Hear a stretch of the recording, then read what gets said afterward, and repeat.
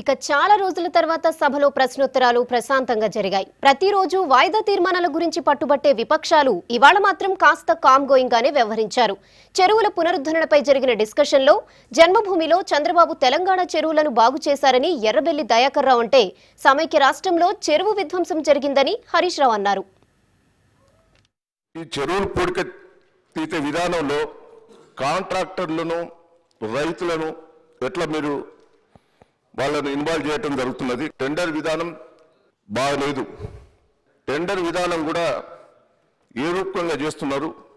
మొత్తం దీన్ని పూర్తి స్థాయిలో పారదర్శకంగా ఈ ప్రొక్యూర్మెంట్ టెండర్ విధానంలోనే టెండర్లు పిలవడం జరుగుతుంది. నామినేషన్ అనేటువంటి దానికి ఇరిగేషన్ డిపార్ట్మెంట్లో ఎక్కడ కూడా ఈ చెరువుల పునరుద్ధరణ కార్యక్రమంలో స్థానం లేదు అనేటువంటి విషయాన్ని మనం చేస్తా ఉన్నాం అధ్యక్ష. ఇది పూర్తి స్థాయి పారదర్శకత ఉండేటువంటి కార్యక్రమం అధ్యక్ష. ఇప్పుడున్న ముఖ్యమంత్రి గారు అప్పుడు మంత్రిగా ఉన్నప్పుడు తెలుగుదేశం ప్రభుత్వంలో పెద్ద ఎత్తున జన్మభూమి కింద మరి చెరువు పూడిక తీయడం కూడా పెద్ద ఎత్తున అన్ని చెరువులు బాగా చేశారు.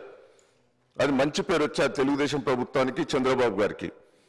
కానీ సమైక్య రాష్ట్రంలో గత 50 ఏళ్లుగా చెరువులన్నీ కూడా పునరుద్ధరణకు నోచుకోక వాటిని ఉద్దేశపూర్వకంగా ధ్వంసం చేయడం వల్ల ఆ నీరంతా కూడా చెరువుల్లో ఉండాల్సినటువంటి నీరు వంకల్లోకి, అక్కడి నుంచి వాగుల్లో నుంచి, అక్కడి నుంచి పెద్ద వాగుల్లోకి, నదుల్లోకి, అక్కడి నుంచి సీమాంధ్ర ప్రాంతానికి, సముద్రంలోకి పోయింది తప్ప తెలంగాణ రైతాంగానికి నీళ్లు ఉండకుండా ఒక పథకం ప్రకారంగా, ఒక కుట్ర ప్రకారంగా ఈ చెరువుల విధ్వంసం అనేటువంటి జరిగింది అధ్యక్ష. రైతులను ఇన్వాల్వ్ చేయకుండా చేస్తేనైతే ఓ కాంట్రాక్టర్ పద్ధతి అయితే పూర్తిగా ఫెయిల్ అవుతుంది. మొత్తం రైతులను ఇన్వాల్వ్ చేస్తే పూర్తిగా సక్సెస్ అవుతుంది సందర్భంగా తెలియజేస్తున్నాం. రైతులు ఏ గ్రామంలోనైతే స్వచ్ఛందంగా ఈ పూడిక మట్టిని తమ పంట పొలాల్లోకి తీసుకుపోవడానికి వస్తారు, అంటే తమ ట్రాక్టర్ మాత్రమే రైతు తెచ్చుకోవాలి. చిన్నకారు, సన్నకారు, పెద్ద రైతు ఎవరు వచ్చినా పర్వాలేదు అధ్యక్ష. ఎవరు ఎంత మట్టి తీసుకుపోతామంటే అంత మట్టిని ఆ ప్రజల భాగస్వామ్యంతో, రైతుల భాగస్వామ్యంతో ఆ మట్టిని పంట పొలాల్లోకి కొట్టేటువంటి గ్రామం ఎవరు ముందుకు వచ్చారు. ఏ గ్రామం అయితే తీర్మానం చేసి మా గ్రామంలో చెరువులో తీసిన పూడిక మట్టిని మా పంట పొలాల్లో కొట్టుకుంటామంటే వారికి ప్రియారిటీ ఇవ్వడం జరుగుతుంది. First priority. ఏ గ్రామం ముందుకు వస్తే ఆ గ్రామానికి ప్రియారిటీ ఇచ్చి ఆ పూడిక మట్టిని పంట పొలాల్లో కొట్టించాలనేటువంటిది ప్రభుత్వం యొక్క ఆలోచన.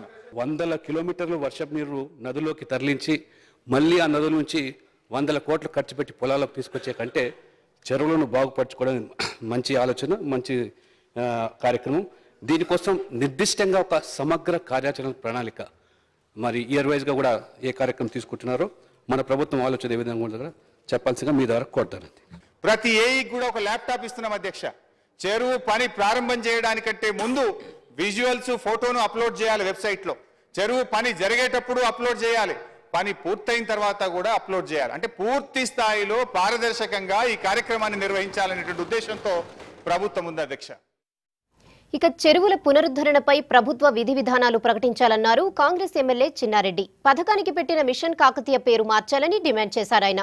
పథకంలో అవినీతి జరగకుండా చూడాల్సిన బాధ్యత ప్రభుత్వంపై ఉందని సూచించారు. అయితే కాకతీయుల స్ఫూర్తిని కొనసాగించేందుకే పేరు పెట్టామన్నారు మంత్రి హరీష్ రావు. కాకతీయ అని పేరు పెట్టినారు అధ్యక్ష. కాకతీయ రాజులు చెరువులు కట్టిండొచ్చునే కాదని లేదు, కానీ నేను ప్రాతినిధ్యం వహిస్తున్నటువంటి ప్రాంతం వనపర్తి. మా ప్రాంతంలో కూడా రాజులు ఉన్నారు, మా రాజులు కట్టిన చెరువులు మాకున్నాయి. నేనేమంటున్నానంటే ఇలా ఉత్తర తెలంగాణ సంస్కృతిని మా దక్షిణ తెలంగాణ పైన రుద్దుతా ఉన్నారు అధ్యక్ష.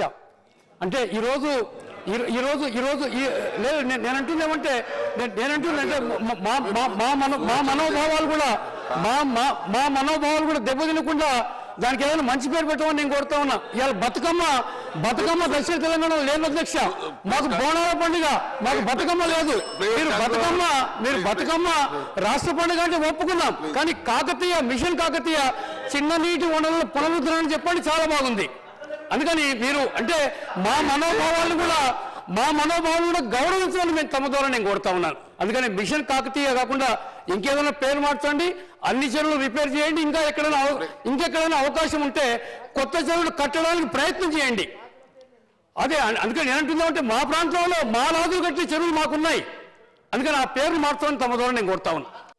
మిషన్ కాకతీయ అనేటువంటి పేరు ఎందుకు పెట్టినామంటే అధ్యక్ష, ఈరోజు తెలంగాణ లోగోలో రాజముద్రలో మనం కాకతీయ తోరణం పెట్టుకున్నాం అధ్యక్ష. అది తోరణం అనేటువంటిది కేవలం లోగోకే ఉండడం కాదు, ఆచరణలో కూడా ఆనాటి కాకతీయ లాంటి స్ఫూర్తిని ఈనాటి మన ఈ యొక్క ఉద్యమ కార్యక్రమంలో, ఈ చెరువుల పునరుద్ధరణ కార్యక్రమంలో కల్పించాలనేటువంటి ఉద్దేశంతో దీనికి మిషన్ కాకతీయ అనేటువంటి పేరు గౌరవ ముఖ్యమంత్రి గారు పెట్టడం జరిగింది అధ్యక్ష.